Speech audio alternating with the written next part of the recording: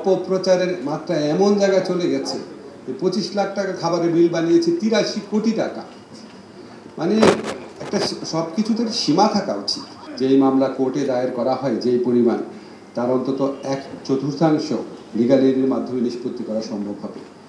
তার মানে হচ্ছে কোর্টের উপর মামলার চাপ অনেক কমে যাবে। তো এই ধরনের অনেক কিছু সংস্কার আমরা আইন মন্ত্রণালয়ের মাধ্যমে করার চেষ্টা করেছি।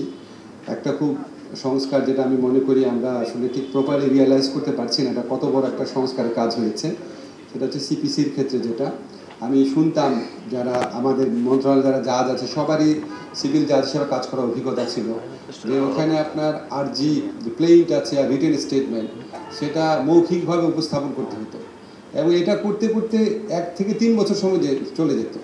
1 থেকে 3 বছর, আমাকে কি কেউ বলেছে 5 বছর নাকি যেত, এরকম উদাহরণ আছে। যাই হোক, আমি যদি অ্যাভারেজে ধরি 2 বছর যেত। এখনকার এফিডেভিটের মাধ্যমে জমা দেওয়া যাচ্ছে, 2 বছর সময় বেঁচে যাচ্ছে সিভিল মামলাতে। তারপরে জমি জমা সংক্রান্ত সিভিল মামলা হওয়ার পর ডিক্রি জারির জন্য আলাদা মামলা করতে হতো, সেখানে কমপক্ষে 3 থেকে 5 বছর লাগতো। তো এত বড় বড় যে কাজগুলো হয়েছে, মানে সমস্যাটা হচ্ছে কি, আমরা যে জিনিসটা হয়েছে সেটা আমরা লক্ষ্য করি না। আমরা যেটা হয়নি সেটা নিয়ে হাহাকার করি, যে জিনিসটা হয়েছে সেটাকে আরও ভালোভাবে কীভাবে করা যায়, আরও মানুষের মাধ্যমে কীভাবে প্রচার করা যায়, আরও বেশি উপকারভোগীকে এটাকে জানানো যায় কিভাবে, এটা আমরা একটু কম করি।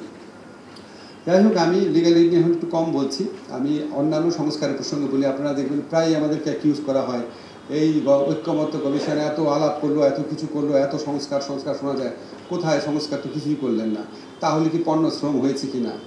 এখন আপনার মানে অপপ্রচারের মাত্রা এমন জায়গায় চলে গেছে যে 25 লাখ টাকা খাবারের বিল বানিয়েছে 83 কোটি টাকা।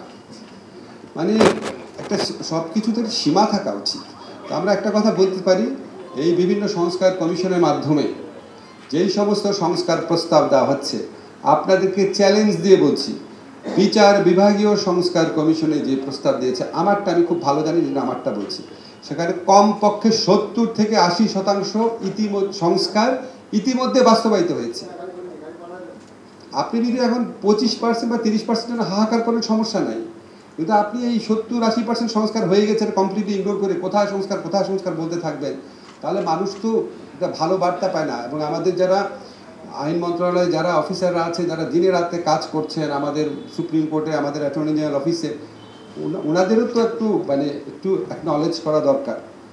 আর সংস্কারের ক্ষেত্রে আমাদের আরেকটা ব্যাপার আছে, আমাদের সমস্ত সংস্কার ভাবনা সংবিধানের মধ্যে আটকে গেছে।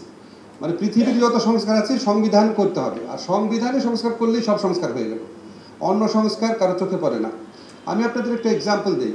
বাংলাদেশের সংবিধানে যখন পরিবেশ নিয়ে একটা শব্দও ছিল না, তখন পূর্বাতন বিএনপি সরকারের আমলে পরিবেশ সংক্রান্ত আইন করা হয়। 2টা খুবই ইম্পর্ট্যান্ট বিধান ছিল সেখানে। একটা হচ্ছে 4 স্ট্রোক ইঞ্জিন নিষিদ্ধ করা হয়, ক্যাটালিটিক কনভার্টার লাগানো বাধ্যতামূলক করা হয়, পলিথিন ব্যাগ একটা নির্দিষ্ট থিকনেস পর্যন্ত পলিথিন ব্যাগ নিষিদ্ধ করা হয়। সেই সময় আমি বিভিন্ন রিপোর্টে পড়তাম যে ঢাকায় বায়ুর মান কত বেড়ে গিয়েছিল।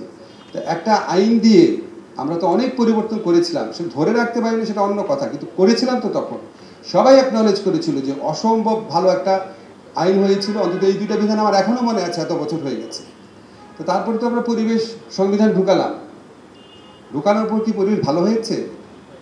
তা আমরা কেন সবাই ধরে নেই, মনে হয় একদল মানুষ পাগল হয়ে গেছে, সমস্ত সংস্কার শুধু সংবিধান করলেই হবে, অন্য সংস্কার কোনো কিছু ইম্পর্টেন্ট না। তো আমাদের এই দেখার মানসিকতা একটু পরিবর্তন প্রয়োজন আছে।